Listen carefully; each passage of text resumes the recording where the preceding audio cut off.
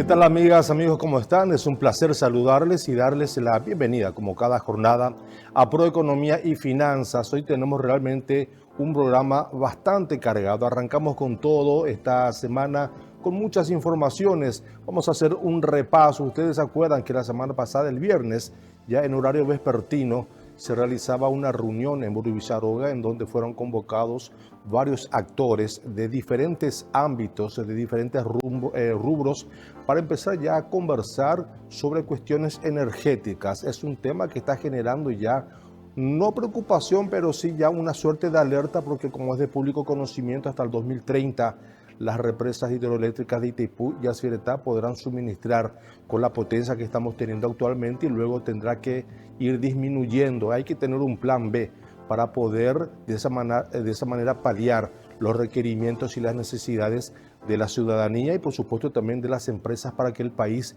pueda seguir avanzando. Se estuvo conversando con diversos rubros. De ese tema vamos a estar hablando también en instantes y también vamos a hablar de la Bolsa de Valores de Asunción. Está cerrando nuevamente con cifras realmente históricas, muy parecidas a lo que se generó el año pasado en este mismo periodo.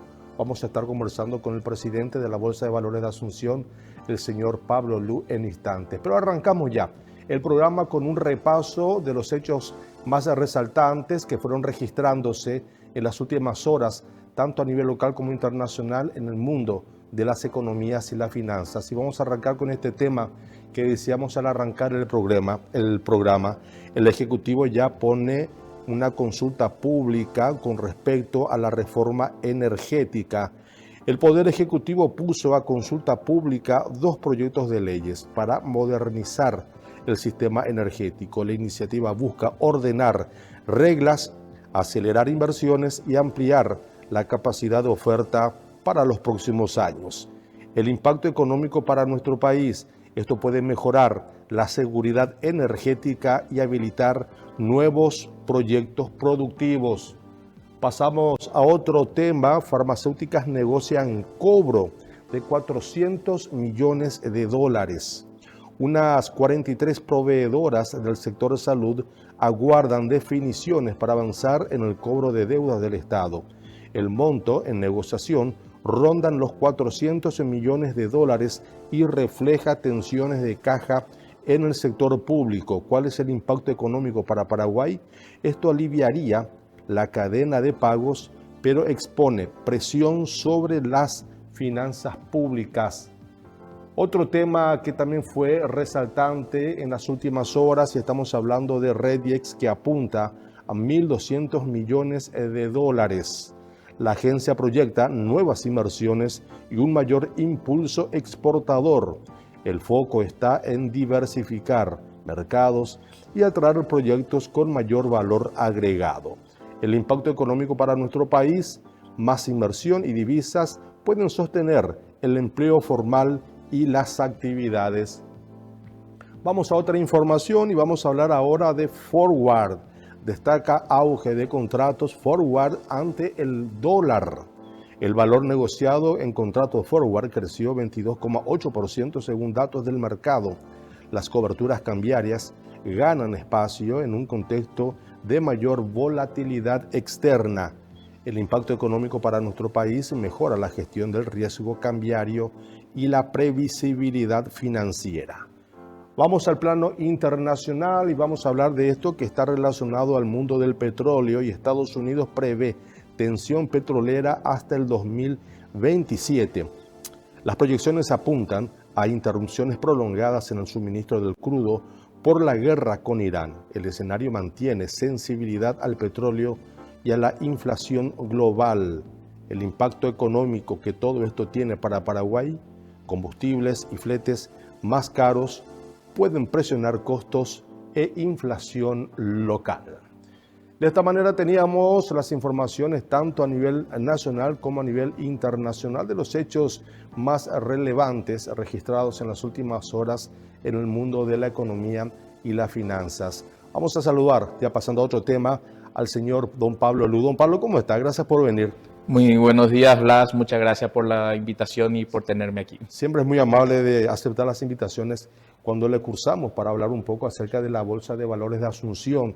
La Bolsa de Valores de Asunción que está conociendo nuevamente cifras realmente alentadoras, ¿verdad? Prácticamente equiparando los movimientos que se consiguió en este mismo periodo, pero en el 2025. Es así, ¿no? Es así, nosotros estamos muy en línea de lo que se hizo el año pasado. El año pasado nosotros cerramos con un récord histórico en la Bolsa de Valores y probablemente este año estemos en números similares. Tenemos algo diferente del año pasado, es el retorno del Ministerio de Economía y Finanzas con los bonos soberanos dentro del mercado primario y eso fue un logro bastante importante para la bolsa. Lo colocaron todos. Colocamos todo, inclusive hubo más demanda. Ah, ¿en serio? Hubo Pues más yo demanda recuerdo de que la oferta. acá estábamos conversando, creo que unos 2 días antes de la convocatoria, ¿verdad? Y había mucha expectativa porque el desafío era muy grande por el monto, ¿verdad? Sí, Y yo te preguntaba, Pablo, y discúlpame que te tuteo, te preguntaba, ¿están dadas las condiciones? ¿Tienen las espaldas para aguantar semejantes cifras? Sí me decías, pero había expectativa. así es. Faltó todo entonces. Faltó todo. Y fue la primera vez que lo hicimos dentro del esquema separado de custodia y liquidación. Entonces, la bolsa hizo la parte de la negociación y Cavapi hizo la parte de la liquidación de esa operación y salió todo bien. Cosas, detallecitos que siempre se aprende en esos procesos y que van a mejorar para las siguientes colocaciones que decida hacer el Ministerio de Economía y Finanzas. Y ya está agendada unas próximas colocaciones. Está el calendario de colocación en el Ministerio de Economía y Finanzas. Entiendo que ellos tienen una idea de hacerlo en forma más recurrente, pero sí, estamos trabajando para eso. Ya, qué bueno, qué bueno.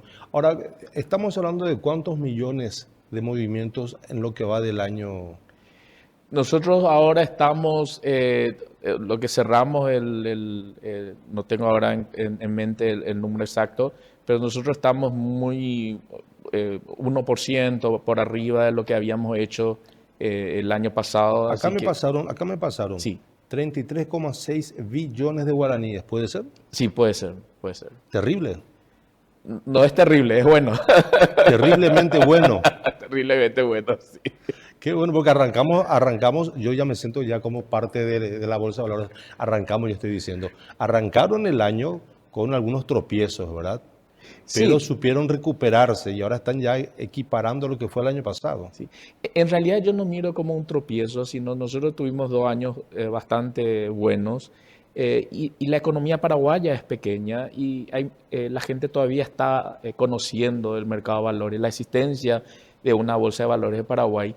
Y una bolsa de valores en un país es sumamente importante porque le da esa fortaleza para el crecimiento. Entonces, nosotros ahora, con todos los cambios que hicimos, las inversiones que hemos hecho, lo que nosotros estamos queriendo es transformar aún más el mercado bursátil paraguayo y ahí nosotros deberíamos ver dos temas principales. Uno, de que las empresas empiezan a emitir más acciones más que deuda, ¿verdad?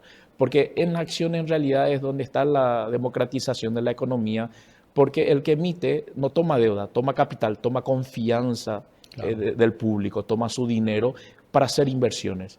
Y para el inversor tiene dos beneficios. Uno, que va a recibir las utilidades porque la empresa va a tener que tener el gobierno corporativo, va a tener que hacer crecer su empresa, va a invertir, va a generar mano de obra, entonces va a tener utilidades y esas utilidades va a recibir el inversor. Y el segundo es que esas acciones que compró va a valer más. Entonces, en el futuro, si necesita vender las acciones, probablemente lo venda a un precio mayor de lo que compró. Entonces, son ventajas que tenemos si uno invierte en la economía. Y lo segundo es que el mercado bursátil tiene que ser la plataforma para que el gobierno y las instituciones hagan las inversiones en infraestructura que requiere el país. Al comienzo del programa hablaste de algo muy importante que es el sector energético. El sector energético está una disyuntiva muy interesante porque hace unos años atrás nosotros estábamos hablando de no usamos nuestra energía. En los últimos años, o sea, más cercano ahora, nosotros estamos diciendo nos va a faltar energía. No va a faltar. Y hay que hacer inversión en infraestructura, hay que hacer inversiones. ¿Y por qué no podemos pensar de copiar lo que se hace bien afuera? Ejemplo, Petrobras era una empresa estatal, hoy es una empresa, está en el mercado de valores en Brasil. ¿Por qué la ANDE no podría hacer lo mismo?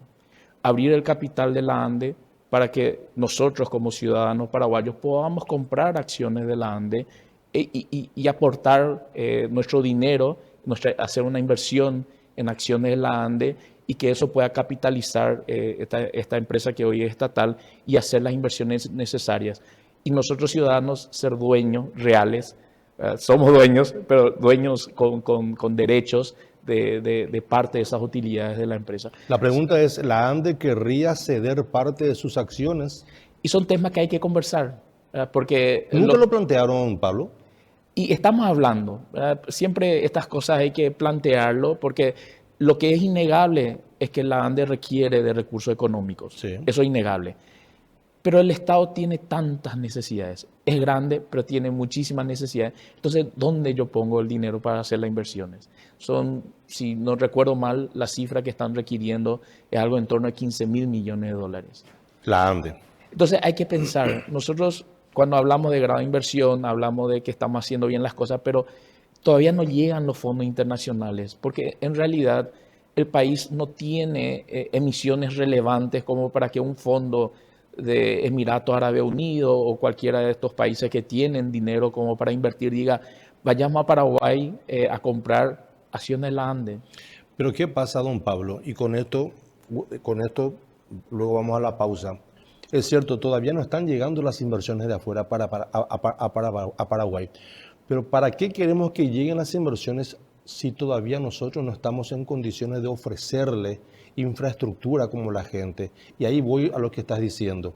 Primero hay que invertir en infraestructura en nuestro país.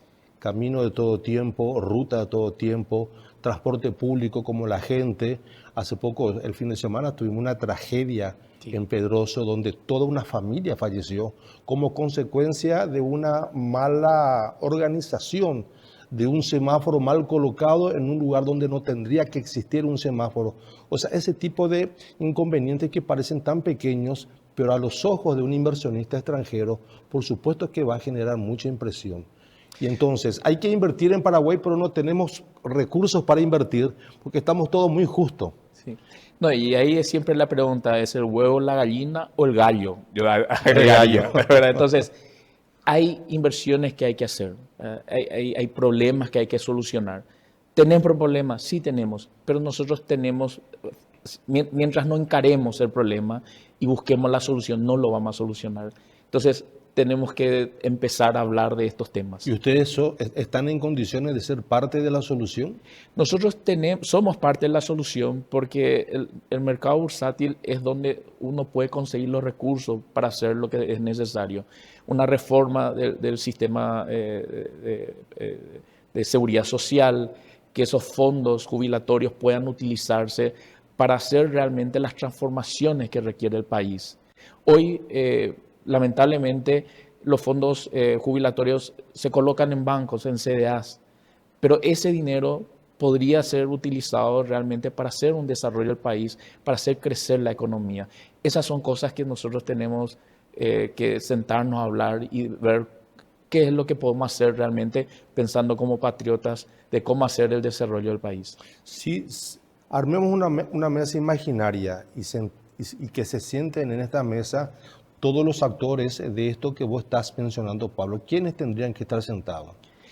Y depende de qué sector necesitas trabajar. Entonces, si hablamos del sector energético, ya hay una mesa de trabajo creada y es positivo de que estemos hablando de cómo generar más energía, ¿verdad? Y qué hay que hacer. Pero yo iría más allá, ¿verdad? Yo iría a algo más disruptivo, decir, ¿y si abrimos el capital de la ANDE?